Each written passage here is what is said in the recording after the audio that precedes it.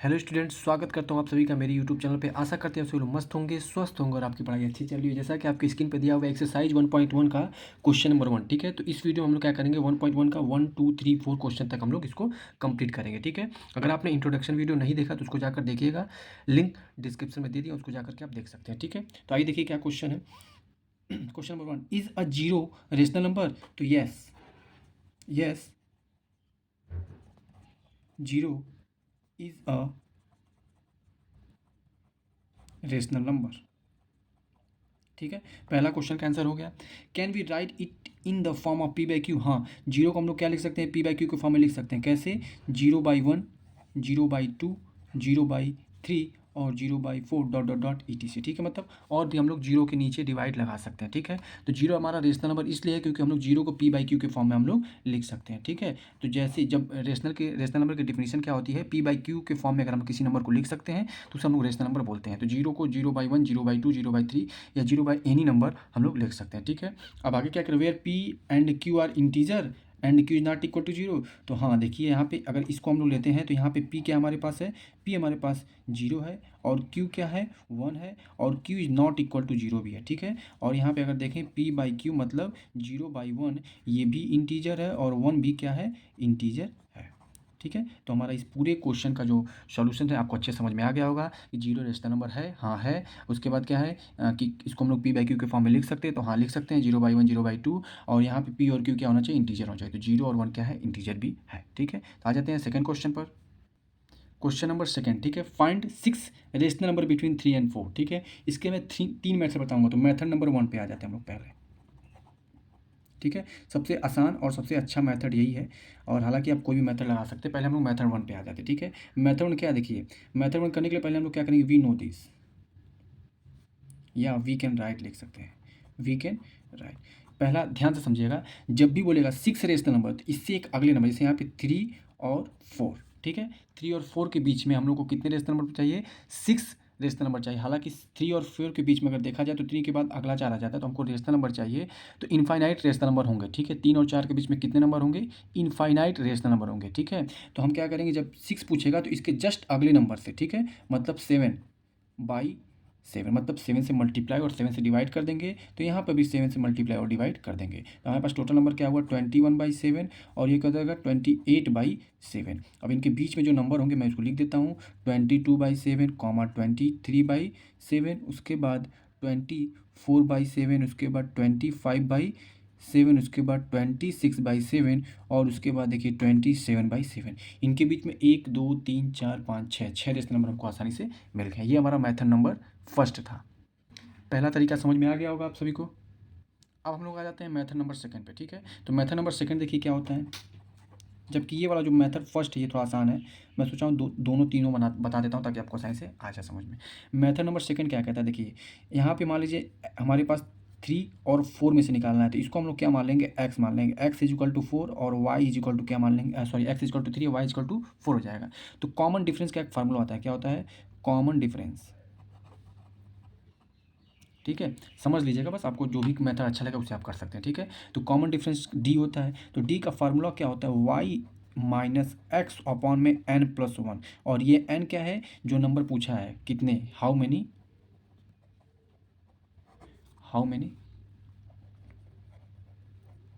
Rational number asked.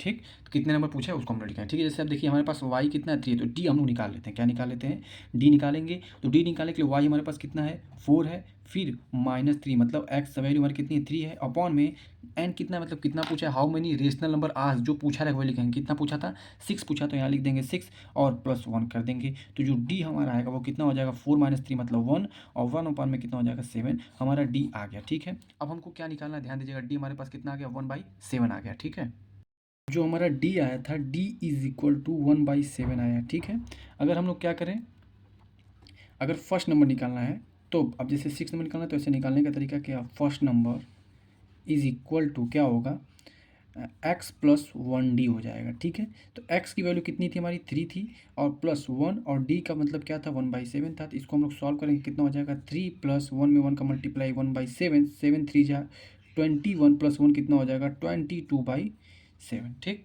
फिर उसके बाद सेकंड नंबर इसी तरीके से चेक करेंगे, ये थोड़ा सा ज़्यादा बड़ा पड़ता है बट ठीक है, ये भी मेथड कोई हार्ड नहीं है। X plus two D, x plus two D, तो एक्स हमारा कितना हो जाएगा 3 है, और टू डी का मतलब 1/7, ठीक है। तो यहाँ पे क्या हो जाएगा 3 + 2/7, 7 3 जा 21 + 2 कितना हो जाएगा 23/7। उसी तरीके से अगर थर्ड नंबर देखा जाए, तो अगर थर्ड नंबर देखा जाए तो ध्यान दीजिएगा एक्स प्लस 3D, इसको सॉल्व करेंगे तो कितना हो जाएगा 24/7 आ जाएगा, ठीक है। उसी तरीके से अगर फोर्थ नंबर देखा जाए इज इक्वल टू कितना हो जाएगा एक्स प्लस 4D, और ये हो जाएगा 25/7, ठीक है। नंबर देखिए, जो आंसर आता है ना इस ऐसे क्वेश्चन का डिफरेंस हो सकता है, तो आपको घबराने की ज़रूरत नहीं है, ठीक है। तो ये फिफ्थ नंबर क्या हो जाएगा एक्स प्लस 5D कितना हो जाएगा 26/7। और अगर 6 देखेंगे, क्योंकि हमको 6 ही रेशनल नंबर देखना था बीच में, तो 6 rational number is equal to x plus 6D is equal to 27/7। ये हमारा फाइनल आंसर हो गया। अब आ जाते हैं हम लोग थर्ड मेथड पे, ठीक है।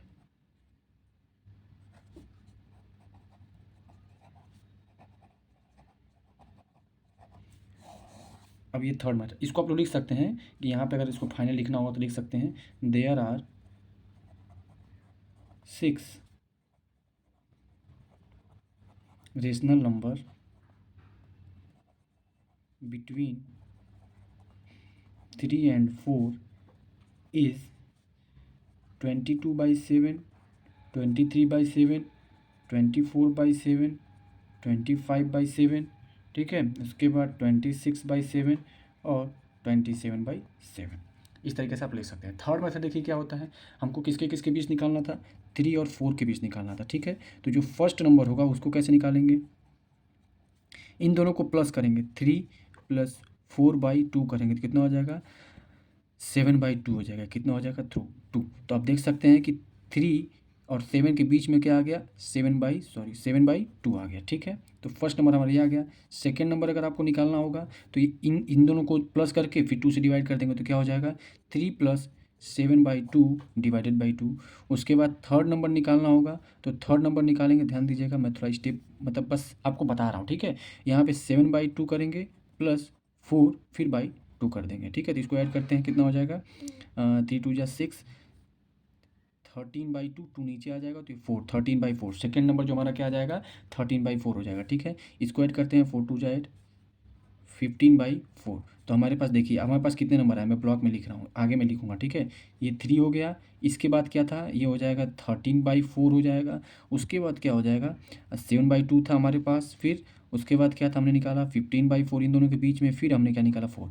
हमारे 3 नंबर निकल चुके हैं, ठीक है। इसी तरीके से आप इन दोनों को ले लेंगे, फिर 2 से डिवाइड कर देंगे, जोड़ करके ऐड करके, फिर इन दोनों को ले लेंगे ऐड करके 2 से डिवाइड कर देंगे, फिर इन दोनों को ले लेंगे ऐड करके 2 से डिवाइड कर देंगे, फिर इन दोनों को लेकर के ऐड करके डिवाइड कर देंगे तो आपको मिल जाएगा, ठीक है। मैं हालांकि इसको भी करके आपको दिखाता हूँ, ठीक है। देखिए थर्ड नंबर हो गया।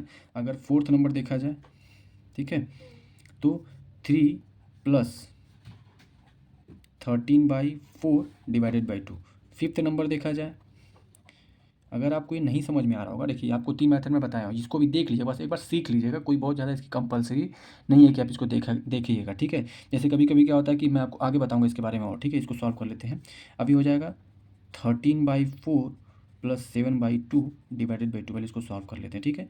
ये कितना हो जाएगा 12 25, 25/4 और 4 नीचे आए तो कितना हो जाएगा 8। तो फोर्थ नंबर हमारा कितना हो गया 25/8 हो गया। इसी तरीके इसको ऐड करते हैं तो एलसीएम 4 आ जाएगा और नीचे आ जाएगा तो ये हो जाएगा 8। अब क्या हो जाएगा 13 और ये 2 तो कितना हो जाएगा 14, 28, 27, 27।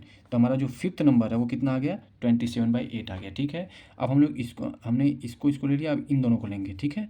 6 नंबर जो कि लास्ट होगा, इन दोनों को ऐड कर लेते हैं, कितना हो जाएगा 7/2 + 15/4 डिवाइडेड बाई 2, ठीक है। तो इसको ऐड करें कितना हो जाएगा 4, नीचे आ जाएगा 2 से डिवाइड हो जाएगा, एलसीएम लेंगे तो नीचे आ गया 8। अब 8 14 29, 29/8 इज द फाइनल आंसर, ठीक है। अब देखिए हमारे पास कितने आ गए नंबर, हमारे पास पहला नंबर आया 7/2, ये आप लिख सकते हैं इसको पूरा, मैं इसको डिटेल में यहाँ लिख रहा हूँ, ठीक है। ध्यान दीजिएगा आप सभी लोग, कौन कौन से हैं 3 है, 3 के बाद कितना आएगा आएगा 3 के बाद हमारा 25/8 आ जाएगा, ठीक है। उसके बाद क्या आ जाएगा, 25/8 के बाद आ जाएगा 27/8 आ जाएगा, ठीक है।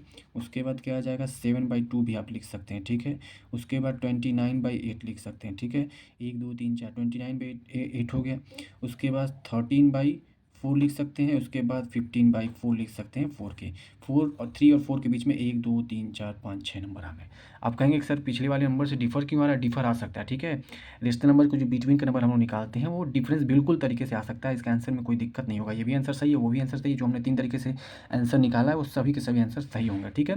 ये 3 तरीका हमने समझ लिया। देखिए कभी कभी क्या होता है, इस्तेमाल ये पूछ दिया आपसे 3 और 4 के बीच में एक रेशनल नंबर निकालिए, तो इसमें ये सबसे ज़्यादा फायदेमंद होता है। इन दोनों को डायरेक्ट जोड़िए और ऐड कर दीजिए, ठीक है। ऐड करके 2 से डिवाइड कीजिए। इसके बीच में अगर एक रेशनल नंबर निकालना हो, 1 रेशनल नंबर निकालना हुआ, तो 3 + 4 7 हो गया, और 7/2 कर देंगे तो हमारा एक रेशनल नंबर आ गया। मतलब 3 और 4 के बीच में अगर ओनली 1 रेशनल नंबर देखा जाए तो कितना हो जाएगा, 7/2 हो जाएगा, ठीक है। उम्मीद करते हैं बात आपको अच्छे समझ में आ गई होगी। अब आते हैं नेक्स्ट क्वेश्चन पर।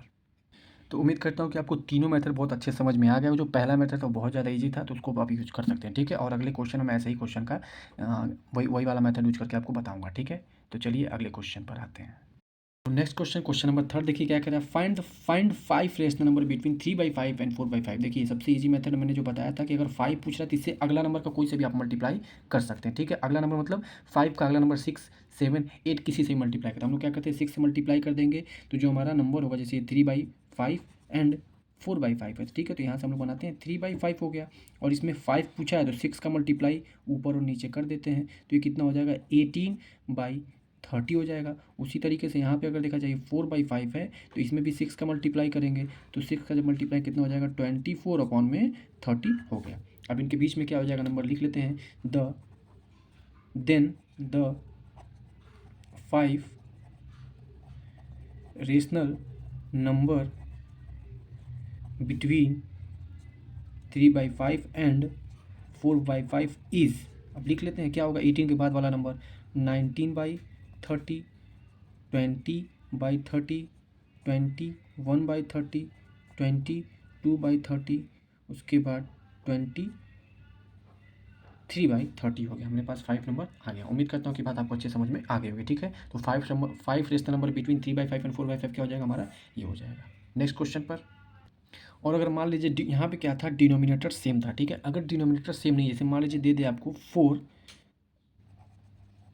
रेशनल फाइंड, मैं लिख दे रहा हूँ यहाँ पे एक क्वेश्चन और बता दे रहा हूँ एक्स्ट्रा में, find 4 rational number between 2/3 and 4/5, ठीक है। तो सबसे पहले आप क्या करेंगे, एंड 4/5, ठीक है। तो यहाँ पे लिखेंगे 2/3 और यहाँ लिखेंगे 4/5। तो जब यहाँ पे सबसे पहले हमको इसको डिनोमिनेटर क्या करना होगा, सेम करना होगा। तो यहाँ पे हम लोग क्या करेंगे, 5 का मल्टीप्लाई कर देंगे। तो यहाँ पे जब 5 का मल्टीप्लाई करेंगे तो ऊपर भी 5 का मल्टीप्लाई, और यहाँ पे हमको 3 का मल्टीप्लाई करना होगा, तो यहाँ पे हम लोग 3 का मल्टीप्लाई कर देंगे, ठीक है। अब देखिए कितना हो जाएगा 10, और ये हो जाएगा 15। ये कितना हो गया 12, और ये हमारा कितना हो गया 15। तो अब देखिए 10/15 और 12/15 हो गया। अब क्या करेंगे, इनके बीच में हमको 4 रेशनल नंबर निकालना है। तो अब तुरंत क्या करेंगे, ध्यान दीजिएगा। अब यहाँ पे हमारा डिनोमिनेटर सेम हो गया। हम जब अगर डिनोमिनेटर सेम नहीं दिया हुआ है तो पहला स्टेप हमारा यही करना है कि हमको डिनोमिनेटर सेम करना है। और डिनोमिनेटर सेम करने के लिए क्या करना होता है, जब भी एलसीएम लेंगे, जैसे मिलाना होगा कि नीचे क्या किस चीज़ का मल्टीप्लाई इस वाले फ्रैक्शन में करें कि उतना ही आ जाए, और इसमें किसका मल्टीप्लाई करें तो नीचे डिनोमिनेटर सेम हो जाए। जैसे यहाँ पे हमने 5 का मल्टीप्लाई किया तो ऊपर नीचे 5 का मल्टीप्लाई कर दिया तो 15 हो गया। तब यहाँ पे जब 15 हो गया तो यहाँ पे भी 15 लाना होगा, तो हमने 3 का मल्टीप्लाई करें ताकि 15 आ जाए। तो अब इतनी बातें आपको समझ में अब हमको क्या करना होगा, 4 रेशनल नंबर बोला है तो 5 कैसे मल्टीप्लाई कर देंगे, तो 10/15 इंटू 5/5 मतलब मल्टीप्लाई कर दिए। उसके बाद इसमें भी 5 का मल्टीप्लाई कर देंगे, क्यों, क्योंकि 4 पूछा है। हालांकि आप इससे ज़्यादा का भी कर सकते हैं। अब देखिए ये क्या हो जाएगा, ये हो जाएगा 50 और ये हो जाएगा 75। ये कितना हो जाएगा, ये 60 और ये कितना हो जाएगा 75। अब इसमें आप कोई भी नंबर लिख सकते हैं, 51/75, 52/75, 53/75 या 54/75, ठीक है। उम्मीद करता हूँ ये बात आपको अच्छी समझ में आ गई होगी, कैसे ऐसे क्वेश्चन को कैसे करते हैं, ठीक है। अब आ जाते हैं एक्सरसाइज। क्वेश्चन नंबर 4 क्या है, देखिए, state whether the following statement are true और false, give reason for your answer, ठीक है। तो पहला क्वेश्चन देखिए क्या कर रहा है, every natural number is a whole number. तो पहला क्वेश्चन हम लोग लगाते हैं, ठीक है। नेचुरल नंबर का जो होता है, देखिए क्या होता है, 1 2 3 4, ये डॉट डॉट इनफाइनाइट तक जाता है। उसके बाद अगर होल नंबर देखा जाए तो वो क्या होता है, वो 0 से लेके 1 2 3 डॉट डॉट डॉट इनफाइनाइट तक। अगर देखें एवरी सारे के सारे नेचुरल नंबर होल नंबर होते हैं तो हाँ यस हो जाएगा। ये क्या हो जाएगा, यस कह दीजिए या कह दीजिए ट्रू कह दीजिए। ठीक है, ट्रू है, ये क्या हो जाएगा, ट्रू हो जाएगा। ठीक है, अगर आपको इसका पूरा रीजन लिखना हो तो मैं आपको रीजन लिखना भी दिखाता हूँ। ठीक है, सिक्का अगर इसको आप लिखना चाहेंगे तो देखिए इसको लिखेंगे कैसे, true since the collection of whole numbers contains all natural number. देखिए एग्जाम में आप ऐसे अगर लिखेंगे तो आपको फुल मार्क्स मिलेगा, इसमें कोई दिक्कत नहीं होगी। ठीक है, आप ऐसे भी लिख सकते हैं कि यस ट्रू। ठीक है, नेक्स्ट क्वेश्चन देखिए क्या कह रहा है। तो सेकंड पॉइंट जो है, सेकंड क्वेश्चन देखिए क्या कह रहा है, every integer is a whole number. तो होल नंबर तो ये होता है, और इंटीजर क्या होता है, देखिए इंटीजर मैं आपको लिख के दिखा देता हूँ इंटीजर किसे कहते हैं। ठीक है, यहाँ पे देखिए ये माइनस इनफाइनाइट से आता है। ठीक है, और कहाँ तक जाता है, अगर आप ध्यान से देखेंगे तो फिर -3 -2 -1 0 1 2 3 डॉट डॉट डॉट प्लस, मतलब इसमें जितने भी पॉजिटिव नंबर होते हैं, निगेटिव नंबर होते हैं और साथ ही साथ जीरो होते हैं, उसे हम लोग क्या बोलते हैं, इंटीजर। तो कह रहा है एवरी इंटीजर, सारे के सारे इंटीजर होल नंबर होते हैं, तो नो क्या हो जाएगा यहाँ पे, फॉल्स हो जाएगा, फॉल्स। ठीक है, आपको समझ में आ गया होगा। इसको मैं फुल्ली क्यों क्योंकि -3 देखिए होल नंबर नहीं है। ठीक है, -3 होल नंबर नहीं है। ठीक है, तो आइए फिर इसका रीजन लिखेंगे तो फॉल्स हो जाएगा। क्या रीजन लिखेंगे कि माइनस जो नंबर होता है वो इंटीजर होता है, लेकिन होल नंबर ऑलवेज क्या होता है, पॉजिटिव होता है। ठीक है, तो लिखेंगे एज